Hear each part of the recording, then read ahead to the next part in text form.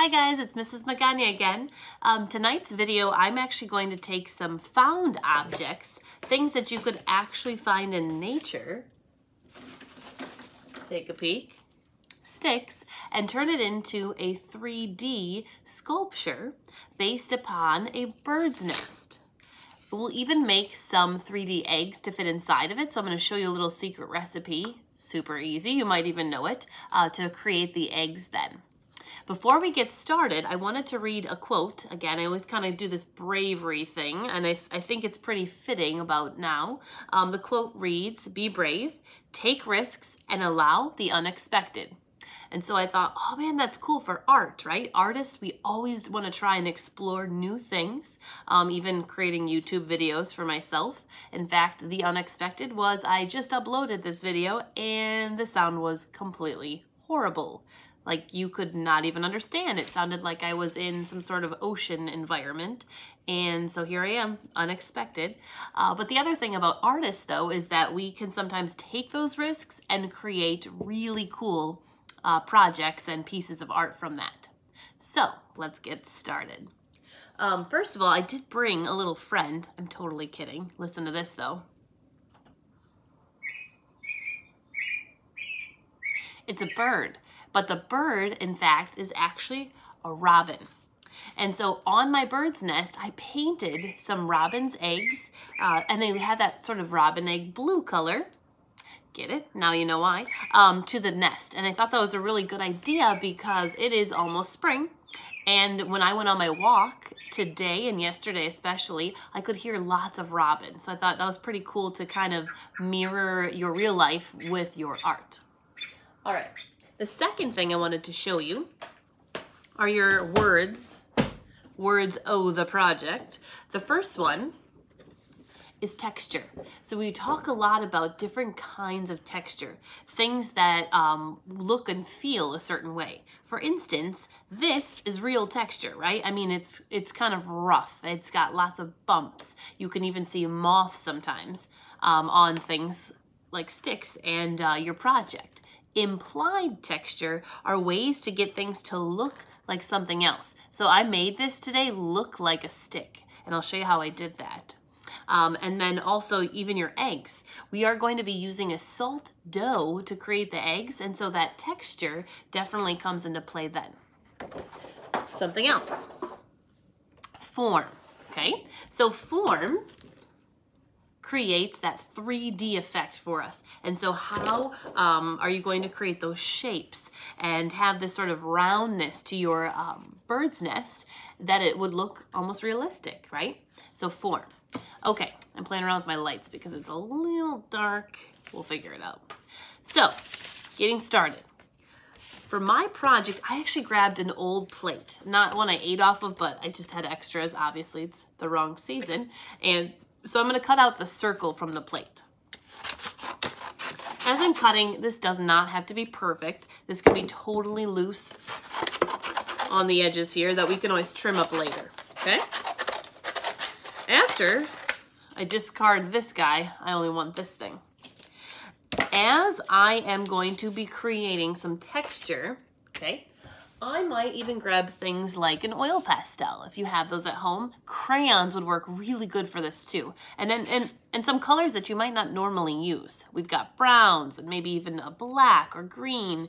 Obviously I'd use a lot of green, but things that are like brown, the neutral colors, we don't always use those. As I'm gonna start making some texture, I might try to turn this. I think this is how my sound got messed up, so I'm not gonna touch it. There we go. I'm gonna start to rub this oil pastel onto my paper. And when I'm rubbing it, I'm not doing the best job of coloring this in completely, and that's okay. I'm going for that effect. Then I am going to take my paintbrush and my watercolors, see if I can zoom those in. All right, let's flip it, there we go. And I'm going to rinse my brush in the water, but then rinse it around in that color of my choosing.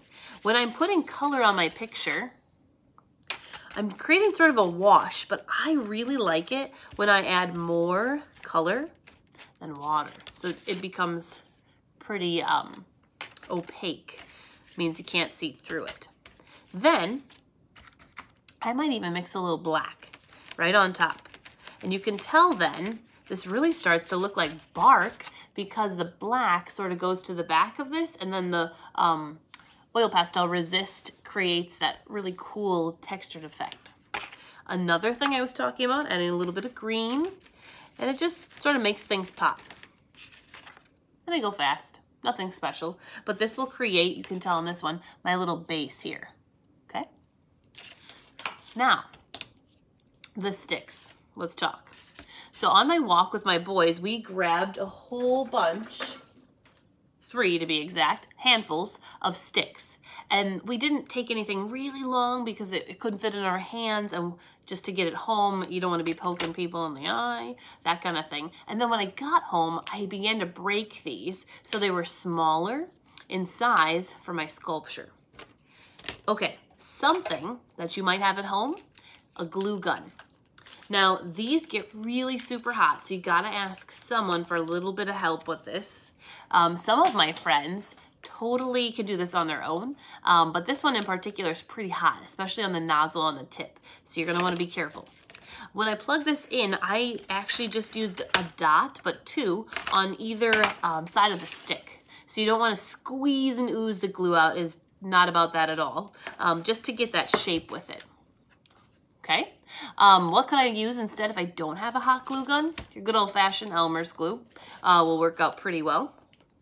And when I go to put my dabs of glue, I will have to let this set up, okay, and let it sit because it's not gonna dry instantly. That's why us art teachers, we love hot glue because it's an instant fix, an instant way to get things to stay on your sculpture. As I'm adding these, I am sort of building that circular shape, and I turn and work around the whole sculpture. So I'm not just putting one piece on and layering that up, and it's not gonna work out the way you'd want it to. The other thing is I want it kind of shallow so that I can build in pieces that I create. Other things to create texture. We were talking about this with imply, the way something would look with your eye. I thought, how cool would it be to make these bird's nests with things that you might be able to find around the house. As it was sort of setting up my own house for the next holiday, I bet you can guess what that is. I had a lot of this sort of grass, and I did have blue, which doesn't make much sense, but if you know birds, they kind of find whatever they can to create their nest. But this one seemed to work out pretty well, and I just sort of shoved in, before I put this egg in, obviously, I'll explain that in a minute here, some of those pieces. Okay, another thing I could do. Remember the night that I said I have this newspaper in your little kit if you pick one up? I bet you have some at home. In fact, I just got some more in the mail today with some ads. But you can slice this in half, and then even again with your scissors. So I can cut these little teeny tiny strips. Another thing I could do with this is actually add watercolor. So I can paint and colorize my strips that way. And they rip really cool. You can shove them in to give yourself a little bit more area and surface area to your sculpture. Okay? What else? My favorite thing. I love this part. I was talking the other day about these. So my second graders had made these for their birch trees, and I showed you in that other video how to kind of create that birch tree.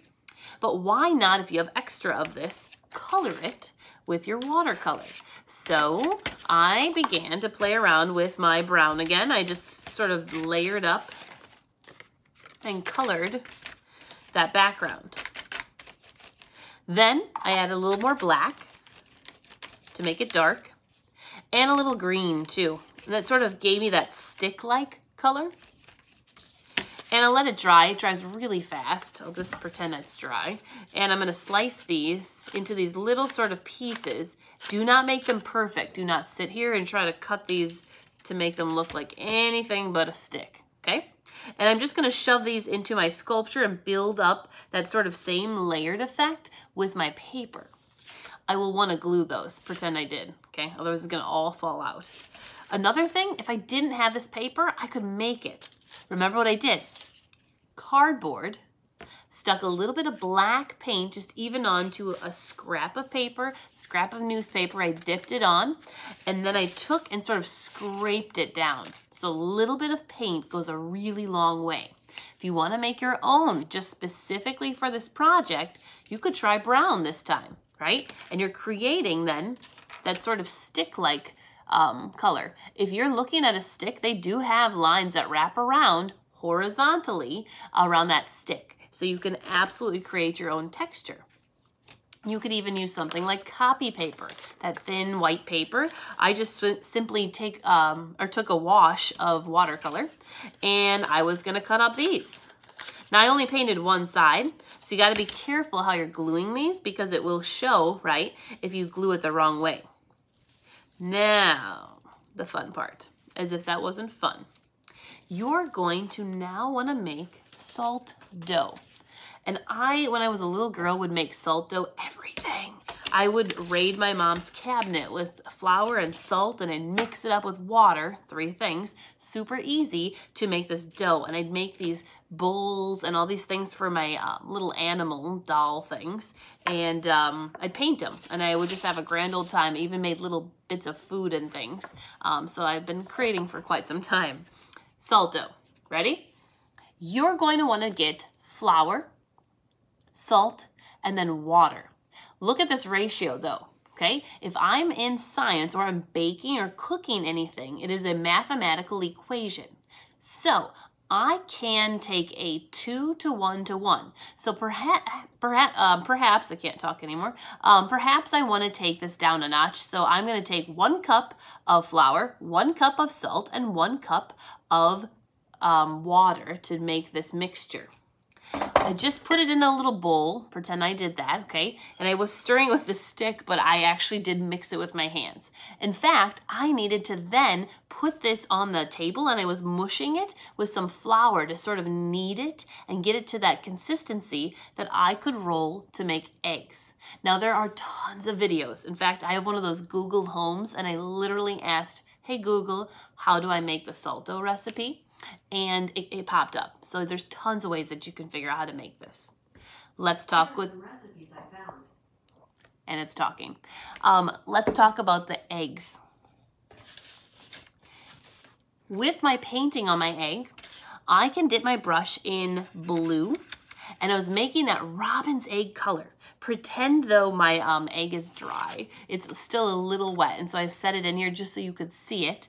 But I was even playing around with making some splatter paint. How cool would that be?